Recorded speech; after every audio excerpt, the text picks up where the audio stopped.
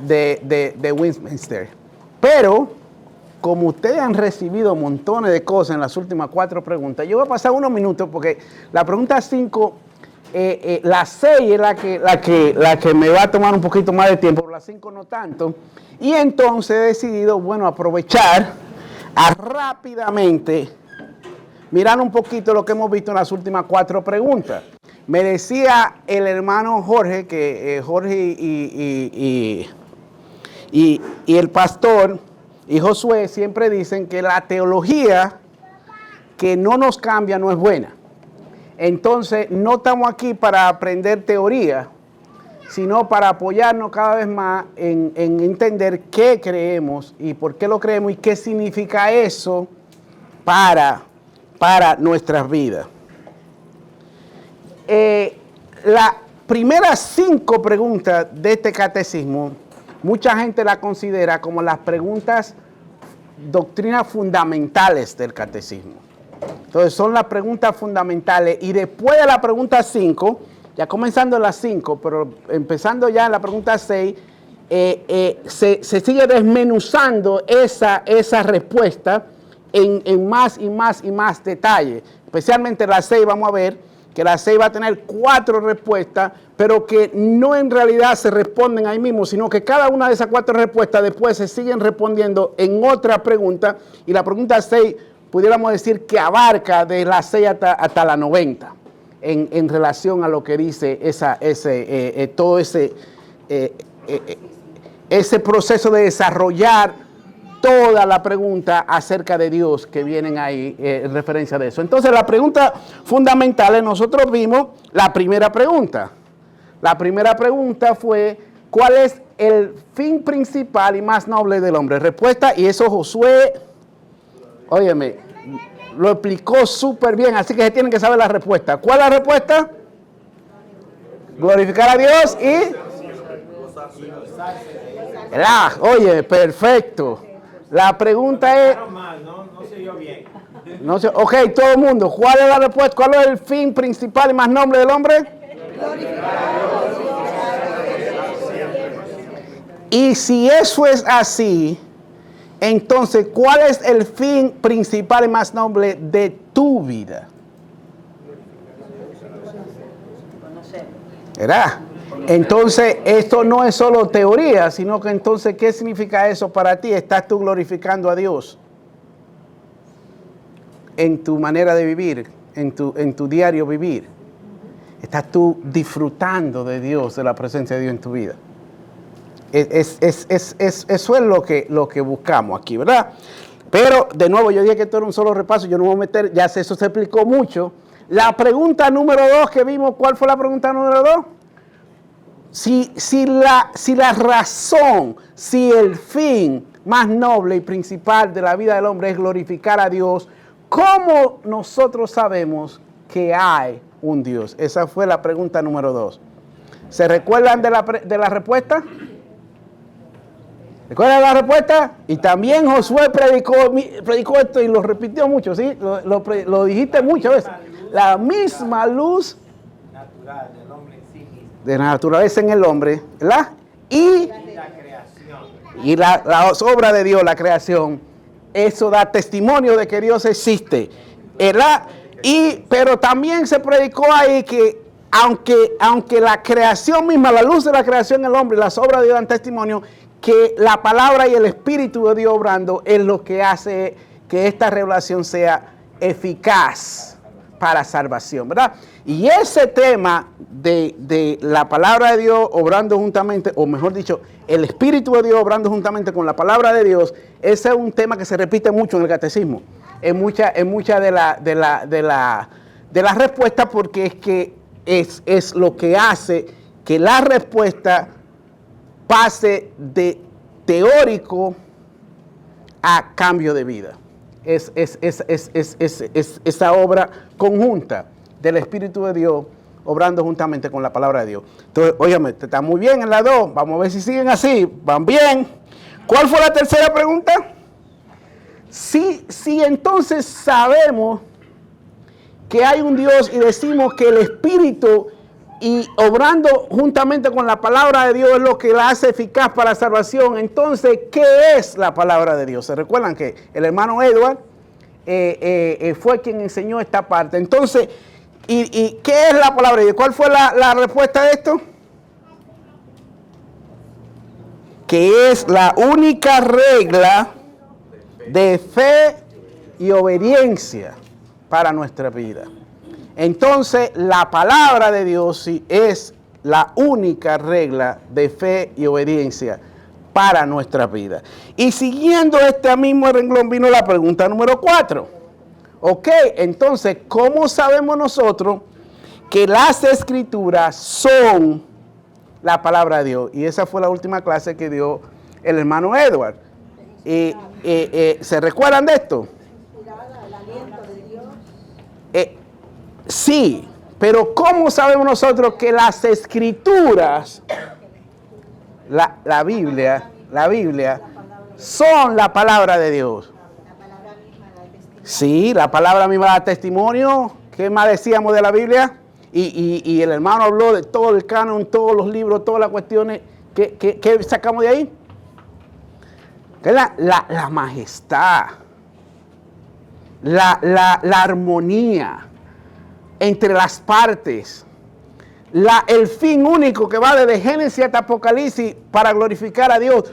Todo en la palabra nos enseña a nosotros la pureza de la Biblia, que habla de la santidad de la Biblia. Tiene un origen santo, tiene un texto santo, tiene un propósito santo, la palabra de Dios. Entonces, la majestad, la pureza, el acuerdo entre la parte, el fin de la Biblia, todo nos dice que las escrituras son la palabra de Dios. Y vuelve el catecismo y también enfatiza de nuevo que aquí la obra del Espíritu y la palabra juntos dan testimonio de que las escrituras son la palabra de Dios, lo que te da testimonio a ti en tu vida de que verdaderamente tú estás frente a la palabra de Dios. De nuevo, me paro aquí un momentito. En estas 4 preguntas, entendemos nosotros que esto no es teórico.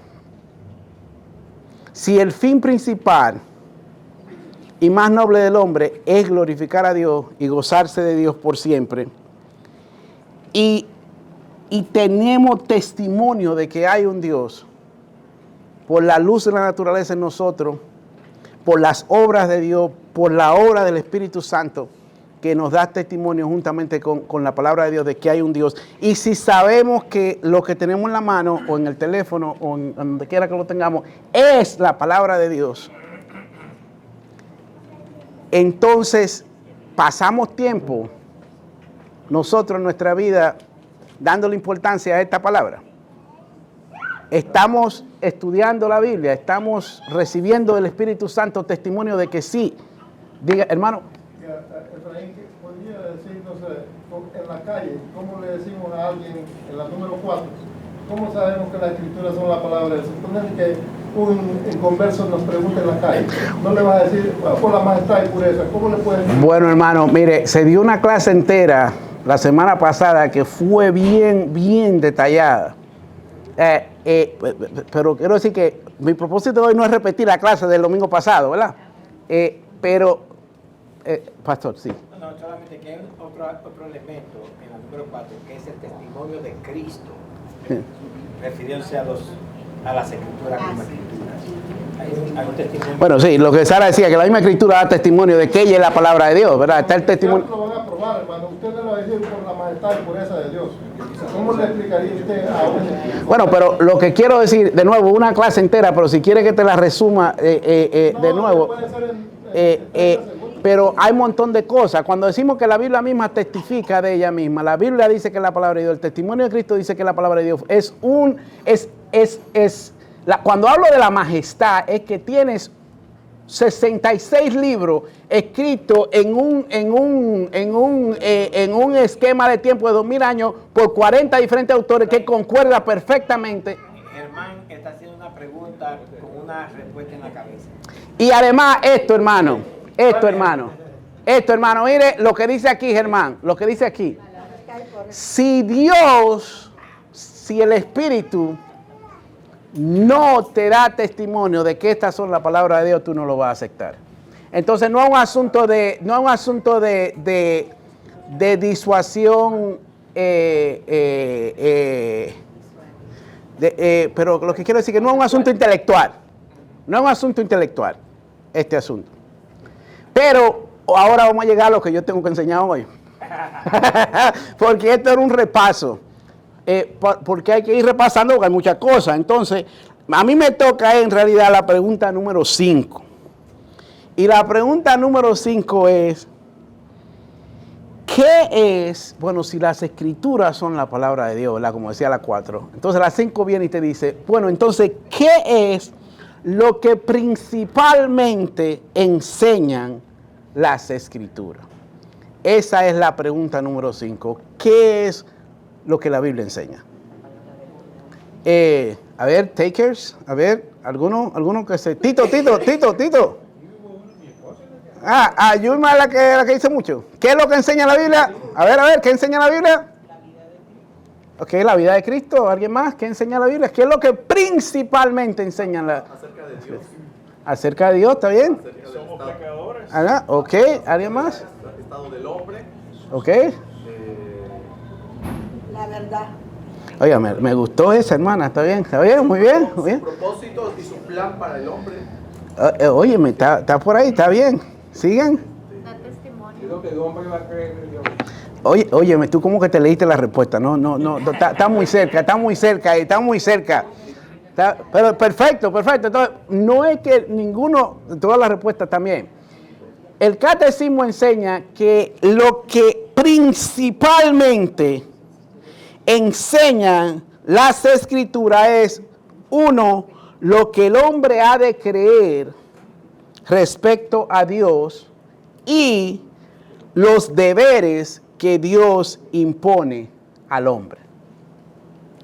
Esto es la respuesta. La Biblia principalmente nos enseña lo que nosotros tenemos que creer acerca de Dios y lo que Dios requiere de nosotros.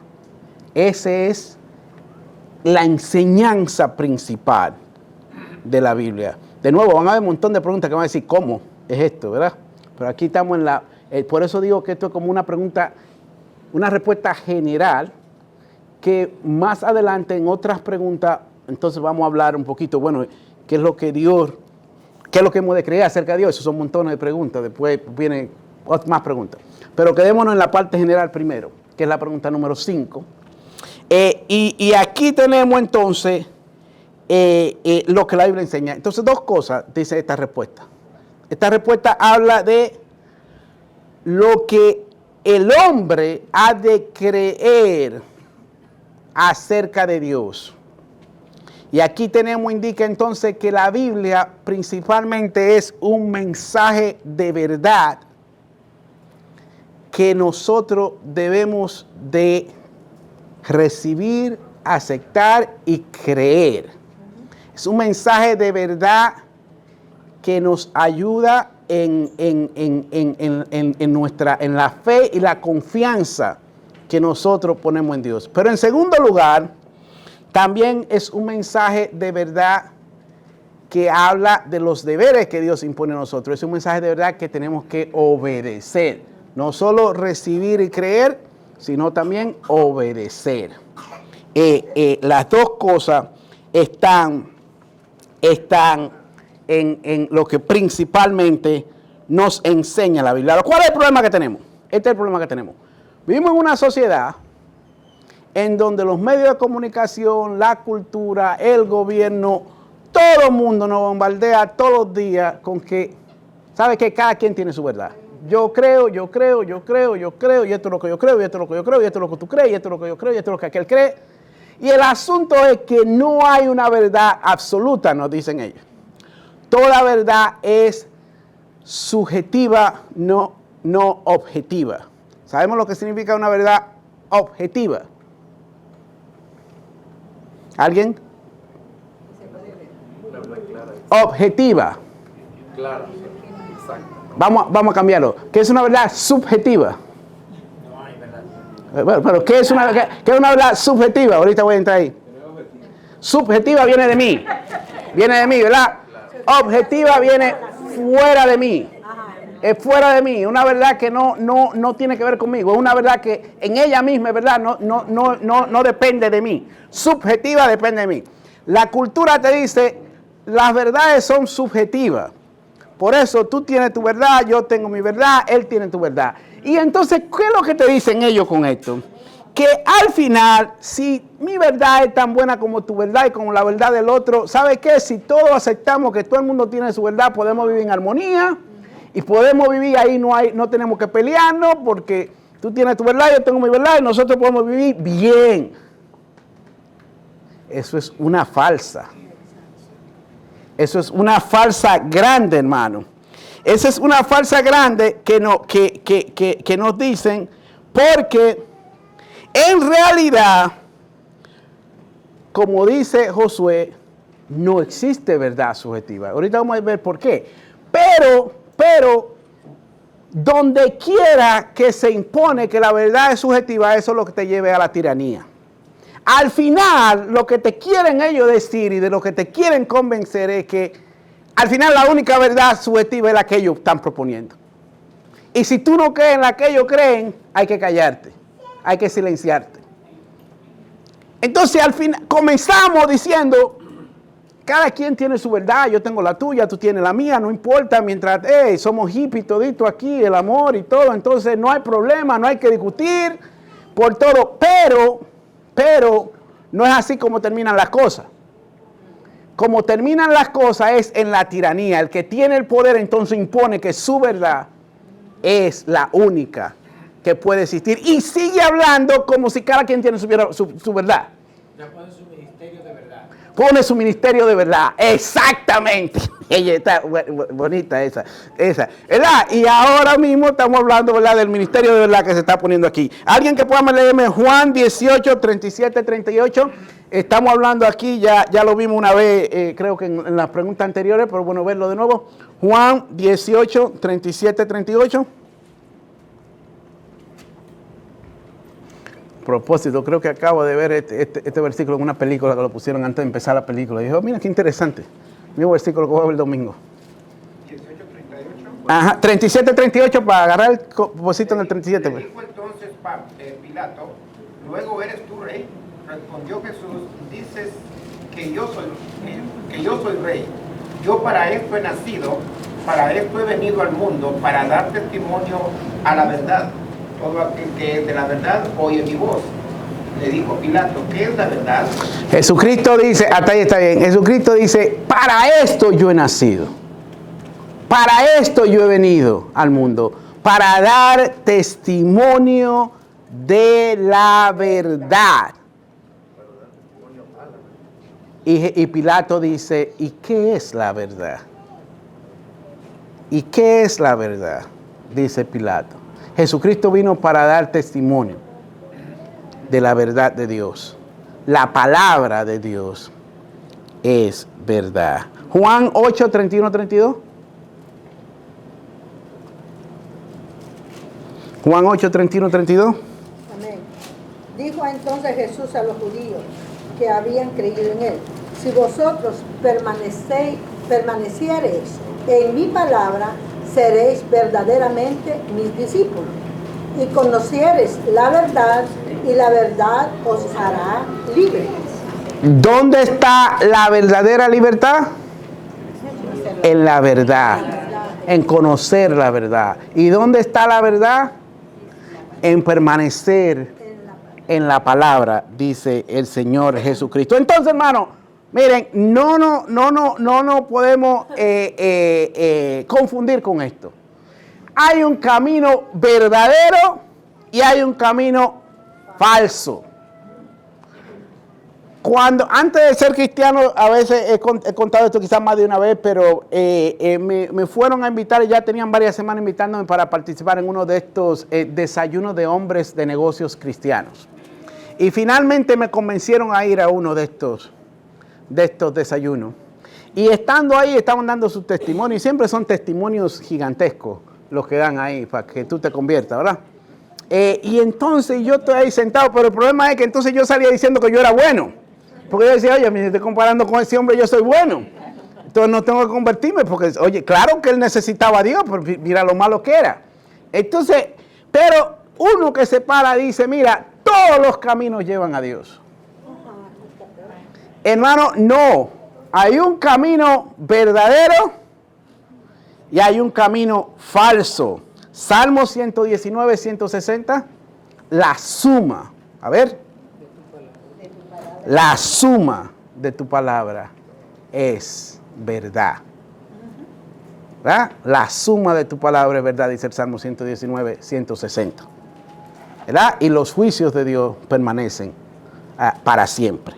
Hermano, la verdad, como dijo Josué, se adelantó un poquito a lo que yo estaba diciendo aquí, no existe verdad subjetiva. Una verdad subjetiva es una contradicción de término. Es una contradicción de término. ¿Por qué? Porque si es subjetiva no es verdad. La verdad, para ser verdad, tiene que ser inmovible. Si se mueve, si cambia, no es verdad. Entonces, es una contradicción de término. Es una falsedad lo que la sociedad quiere vendernos a nosotros. De que cada quien tiene su verdad y que tú tienes tu opinión, yo tengo la mía, las dos son válidas y todo eso. No, eso no es verdad. Hay una verdad fuera de ti y fuera de mí. No importa lo que tú creas acerca de Dios. Dios sigue siendo Dios. Su verdad sigue siendo verdad. El que tú la creas o el que tú no la creas no cambia la verdad de Dios. Y eso es lo importante, hermano. Y estábamos justo hablando ahora, antes de la clase, con ¿quién era? Con Edward y otro hermano. Estábamos hablando ahí de este mismo asunto y que, bueno, nosotros verdaderamente, a veces yo creo que demasiadas veces nosotros decimos, yo creo. A veces como que lo decimos mucho. En vez de decir, ¿sabes qué? La palabra de Dios dice. Y por eso me gustaba cuando el hermano Jorge salía con su, ¿verdad? Chapter and verse. Me gustaba eso. Porque sí, tenemos que acostumbrarnos a ser cristianos de chapter and verse. Más que de opiniones. ¿Qué es lo que dice la palabra? Más que qué es lo que yo creo que, bueno, pero si es lo que tú crees, lo que yo creo, mira, ahí, ¿a dónde vamos a llegar? Pero eso es lo que dice la palabra de Dios. Y entonces, la palabra de Dios, hermano, en sí misma es la definición de la verdad. Por ejemplo, y no quiero meterme mucho en esto, pero es difícil no meterse en esta semana porque como estamos en esto. Pero por ejemplo, hay muchas definiciones y muchas opiniones acerca de cuándo comienza la vida. ¿Cuál es el momento donde comienza la vida? Algunos dicen que comienza en el momento de la concepción. Otros dicen que comienza cuando hay el primer latido del corazón, eso es más o menos los 7, 8 días. Otros dicen que comienza a los 15 días, cuando ya los órganos del niño están formados, a los 15 semanas. Otros dicen que a las 20 semanas, cuando ya tuve el cuerpo totalmente formado del niño. Otros dicen que a los 9 meses, cuando el niño, el día de nacer. Pero hay otros que dicen que incluso puede ser unas cuantas semanas después que el niño nazca. Y por lo tanto, dependiendo de lo que tú creas, de cuándo es que comienza la vida, tú tienes tu opinión acerca del aborto. ¿Verdad? Y todo esto enredando todo para que al final pongamos el enfoque en opiniones. Y si tu opinión de nuevo es tan importante como la mía, bueno, la tuya es buena y la mía también. Y si yo creo que el niño no nace sino hasta que tiene 28 días de nacido, y tú crees que nace el día de la concepción, bueno, pues está bien, tú tienes a mí y yo, pero yo puedo creer en el aborto hasta 2 semanas después de que el niño haya nacido. Y de nuevo, pareciera locura, pero todo el mundo aquí en Virginia vio el video de la entrevista al ex gobernador cuando él explicó la ley que se quería pasar en Virginia y él decía, y la pregunta fue, pero explique bien este asunto de la ley, ¿cómo es esto que están hablando? Y él dijo, mire, esto es sencillo, la gente yo no sé por qué se dificulta con esto. La mujer tiene derecho a abortar cuando ella quiera. Y por ejemplo, si el niño nace, lo acomodamos, lo ponemos cómodo, lo ponemos que esté bien. y si tiene problemas de respirar, lo resucitamos, ¿está bien? Y entonces, la madre y el médico tienen una discusión acerca de lo que se quiere hacer. Y el muchacho está nacido. Y ahí lo podemos matar entonces. Y eso está bien, porque la concepción es que todavía, aún después de haber nacido, todavía no es una vida. Ahora, la pregunta es, de nuevo, no es lo que yo digo, no es lo que tú dices, no es lo que ¿qué dice la Biblia acerca de la vida, acerca de esta parte? Y yo creo que nosotros tenemos que entender por qué creemos lo que creemos. ¿Cómo nos ve Dios? ¿Cuándo nos ve Dios a nosotros? Alguien que lea Eclesiastés 11:5. Y hay muchos versículos. Yo nada más agarré 3 o 4 para salir rápido de esto porque no era el tema, pero no quise pasarlo por alto. Pero Eclesiastés 11:5. Como tú no sabes cuál es el camino del viento o cómo crecen los huesos en el vientre de la mujer encinta, así ignoras la palabra de Dios, el cual hace todas las cosas. Ignoramos la palabra de Dios porque no sabemos cómo es que la vida nace en el vientre de la madre, cómo es que crece dentro del vientre de la madre. Y lo que hacemos es que ignoramos que Dios es que crea todas estas cosas y nos vamos por otra parte. Isaías 44:2.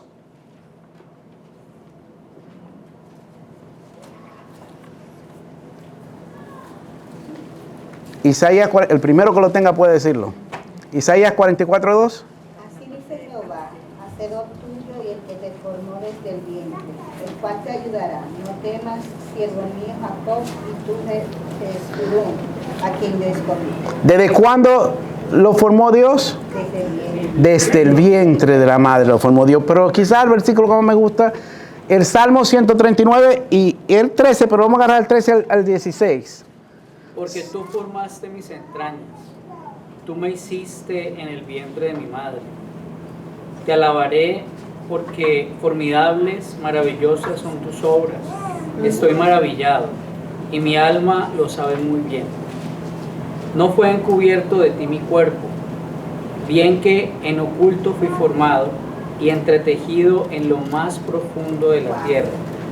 Mi embrión vieron tus ojos y en tu libro estaban escritas todas aquellas cosas que fueron luego formadas sin faltar una de ellas. Hermano, yo le recomiendo que ese pasaje de Salmos 139, 13 al 16 se lo lean varias veces. El salmista está maravillado. Está maravillado.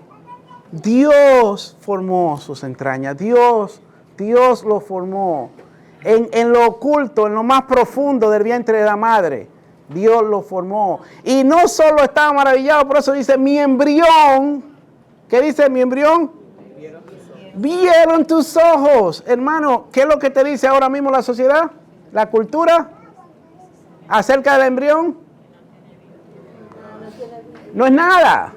Es una cosa, no está vivo, no tiene vida, ¿verdad? ¿Por qué te quieren desatar? ¿Por qué quieren decirte lo opuesto a lo que dice la palabra de Dios? Porque si aceptan lo que dice la palabra de Dios, entonces es bien fuerte. Es bien fuerte aceptar que sí estamos matando a una vida, que sí es un ser humano. Y de nuevo creo que Josué fue muy claro. Ayer fue que hablaste de esto. No fue ayer. ¿Cuándo fue la última vez? Cuando mencionaste esto la última vez, fue usted muy claro en hablar de que esto no es un asunto de condenar a alguien. Si alguno en la iglesia hizo esto, Dios es bueno que puede perdonarnos. Pero es un asunto de reconocer lo que dice la palabra de Dios. ¿Y por qué nosotros tenemos que entender esto? Porque no es un asunto de opinión. Esto me clarifica, a mí me ayuda, a mí me simplifica qué yo creo acerca del aborto. Cuando la discusión es, bueno, pero ¿qué es lo que tú crees? Tú de verdad piensas, no puede ser que tú pienses que 3 semanas o 5 semanas, por lo menos, tenemos que estar de acuerdo que es a las 20 semanas. esto me ayuda a simplificarme la vida. Porque no es un asunto de semana. No es un asunto de semana. Es un asunto de lo que está en el vientre de una madre. Es una criatura, es un ser humano que fue formado y que está siendo formado por Dios. Es una vida. Y cuando la gente dice, hablando de los derechos humanos, es que es un asunto que tenemos que hablar de los derechos humanos. Digo, bueno, pero sí, incluyendo esos humanos que están dentro del vientre de la madre. Entonces no es un asunto yo no lo veo así como que yo quiero condenar a nadie, pero un asunto de que qué es lo que dice la palabra de Dios y cuál es la implicación, de nuevo, como decíamos, si no es solo teórico este asunto, ¿qué implicación entonces tiene esto para tu vida y para mi vida, lo que nosotros creemos acerca de esto? La suma de tu palabra es verdad, dice el Salmo 119, 160, ¿verdad? Lo acabamos de ver. Entonces, hermano, de nuevo, ¿qué es lo que principalmente enseñan las Escrituras? Número uno, lo que el hombre ha de creer respecto a Dios, ¿verdad? Y bueno, pero vamos para no ahí. Algunos versículos aquí. Lo que el hombre ha de creer respecto a Dios. Y de nuevo, cuando yo decía, bueno, y que algunos dijeron buena respuesta.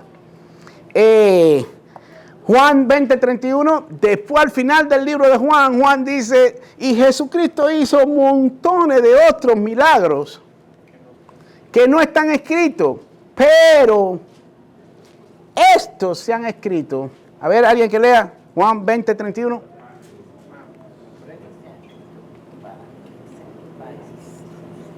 Pero estas se han escrito para que creáis que Jesús es el Cristo, Hijo de Dios, y para que creyendo tengáis vida en su nombre. La palabra de Dios se ha escrito para que nosotros sepamos, creyamos que Jesucristo es el Dios Salvador, es el Hijo de Dios. Y creyendo en Él, nosotros vengamos a tener vida eterna. 2 Timoteo 1:13.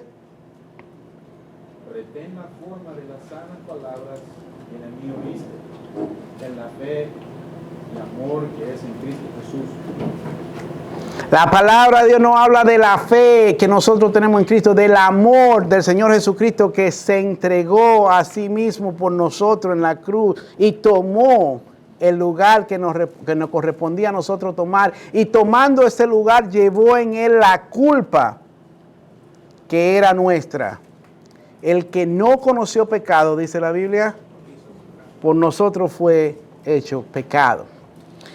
¿Dónde encontramos eso? La palabra y ahí viene el misterio de la piedad, como también hablamos hace poco. Nunca nos hubiéramos imaginado algo parecido así. ¿Quién? ¿En qué mente han subido cosas que la mente del hombre no ha visto y ojos no, que la mente del hombre no se ha imaginado y ojos no han visto? Fue lo que Dios tiene preparado para su pueblo. Y eso es el Evangelio, que nadie pudo haberse imaginado el Evangelio, pero la palabra de Dios nos enseña acerca del Evangelio, acerca de esa gran salvación de Dios. Salmo 119, 101, 105, escúchame. Santo 119, 105, por suerte lo escribí. Santo 119, 105. 105. Lámpara es a mis pies tu palabra y lumbrera mi camino. Son lámparas, son lumbreras. Nos ayudan a ver el camino recto. La palabra de Dios. Sin la palabra de Dios vivimos en la oscuridad, vivimos fuera de toda noción de lo que es bueno, de lo que es santo, de lo que es justo, de lo que es recto. No pudiéramos. La palabra de Dios viene a ser la lámpara, la lumbrera que nos ayuda a ver cuál es el camino recto. Entonces, la palabra de Dios principalmente enseña lo que el hombre ha de creer respecto a Dios. Y recuérdense, yo no le estoy diciendo a ustedes lo que el hombre ha de creer respecto a Dios. Esos son un montón de preguntas que vamos a ver después. Pero a nivel general, Eso es lo que enseña. Tú quieres saber qué es lo que nosotros tenemos que creer acerca de Dios. No es lo que tú te imaginas, no es lo que tú quieras decir, no es lo que a ti se te, decimos en Dominicana, venga en gana. Nada de eso. Es lo que Dios dice en su palabra. Entonces la palabra de Dios nos enseña lo que, principalmente nos enseña lo que el hombre ha de creer acerca de Dios. Y en segundo lugar, ¿qué es lo que principalmente enseña la Escritura? Los deberes que Dios impone al hombre. ¿Alguien que lea Deuteronomio 10, 12, 13?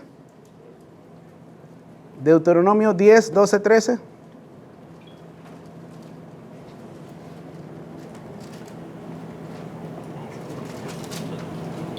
Ahora pues, Israel, ¿qué pide Jehová tu Dios de ti? Sino que temas a Jehová tu Dios, que andes en todos sus caminos, y que lo ames y sirvas a Jehová tu Dios con todo tu corazón y con toda tu alma. El tener la verdad en nuestras manos, el tener la palabra de Dios en nuestras manos, el saber lo que nosotros tenemos que creer acerca de Dios, nos lleva también, por otro lado, a entender qué quiere Dios de nosotros. Y algo parecido, un mensaje parecido que me gusta mucho, un pasaje parecido que por mucho tiempo fue uno de mis pasajes, de mis versículos favoritos, Malaquías 6, Miqueas 6:8, estoy mal yo hoy. Miqueas 6:8. Hombre, te ha declarado lo que es bueno y qué pide Jehová de ti. Solamente hacer justicia y amar misericordia y humillarte ante tu Dios. Dios ha declarado deberes para nosotros obedecer, para nosotros, dado que Él nos ha dado su palabra. Entonces, hermano, si la Biblia principalmente enseña lo que el hombre ha de creer acerca de Dios y los deberes que Dios impone al hombre, ¿qué tiene que ver eso con nuestra vida cristiana? Por un lado, si la Biblia enseña principalmente lo que el hombre tiene que creer acerca de Dios, yo tengo que estudiar la Biblia para saber qué es lo que Dios tiene que decir acerca de lo que yo tengo que creer con respecto a Él, ¿verdad? Yo tengo que estudiar la Biblia. La doctrina es primordial en la vida cristiana. Si yo no entiendo doctrina, si yo no entiendo qué es lo que Dios quiere que yo sepa que Él quiere que yo crea acerca de Él, lo que yo creo acerca de Él va a ser fantasía. No va a estar basado en la verdad. Entonces la doctrina es fundamental. Y para que nosotros entendamos doctrina tenemos que pasar tiempo estudiando, hermano. Y miren que ahora sí, vivimos en una época que por otro lado es facilito. Hay montones de planes de estudiar la Biblia en un año. Y si tú agarras uno de esos planes de estudiar la Biblia en un año y tú dices, eso es demasiado para mí. Bueno, hazlo en 2 años entonces. Lo parten en la mitad y en un año lo hacen 2. Pero hay manera de cómo, si tú quieres estudiar la Biblia, hay manera de estudiar la Biblia.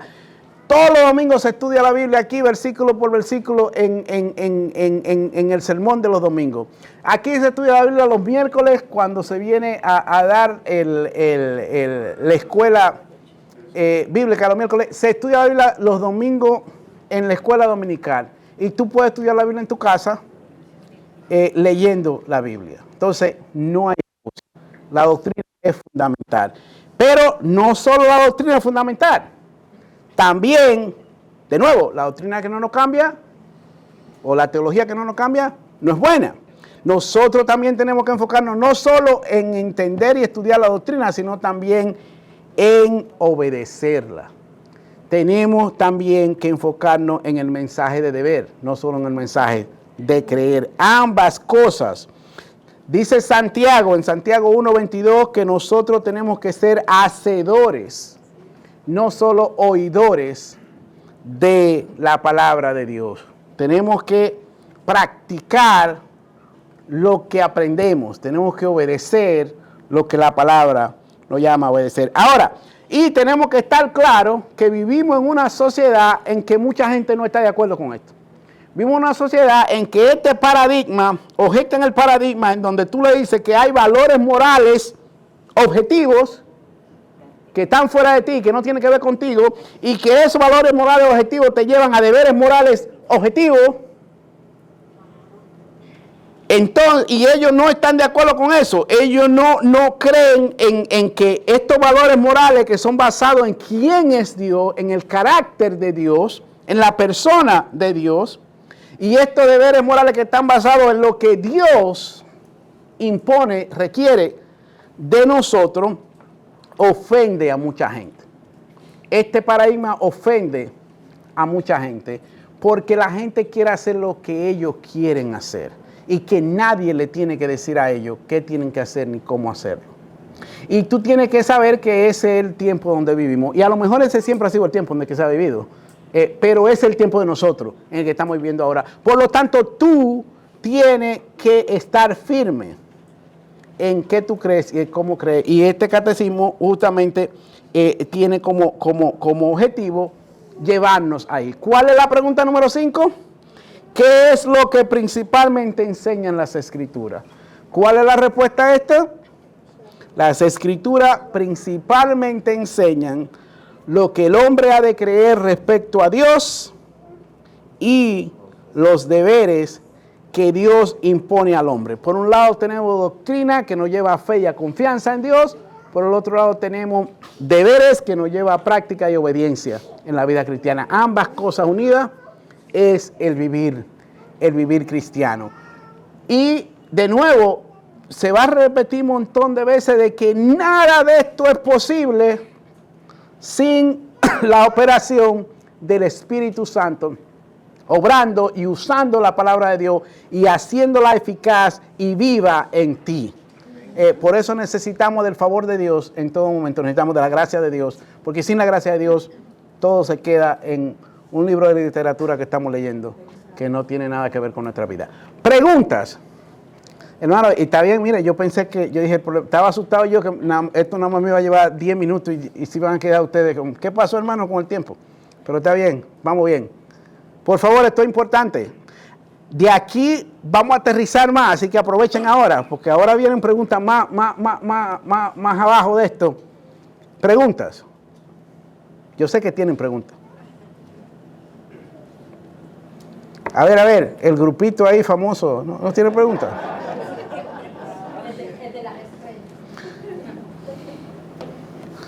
¿Pregunta, hermano? ¿No? ¿Comentario? También se aceptan comentarios. ¿Preguntas o comentarios? ¿Sabemos qué principalmente enseñan las Escrituras?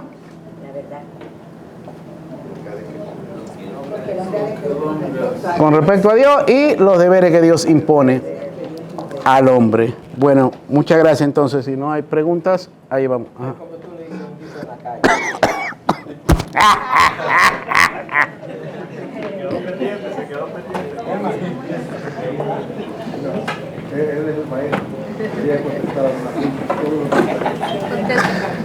Bueno, hermano, esperemos que haya sido de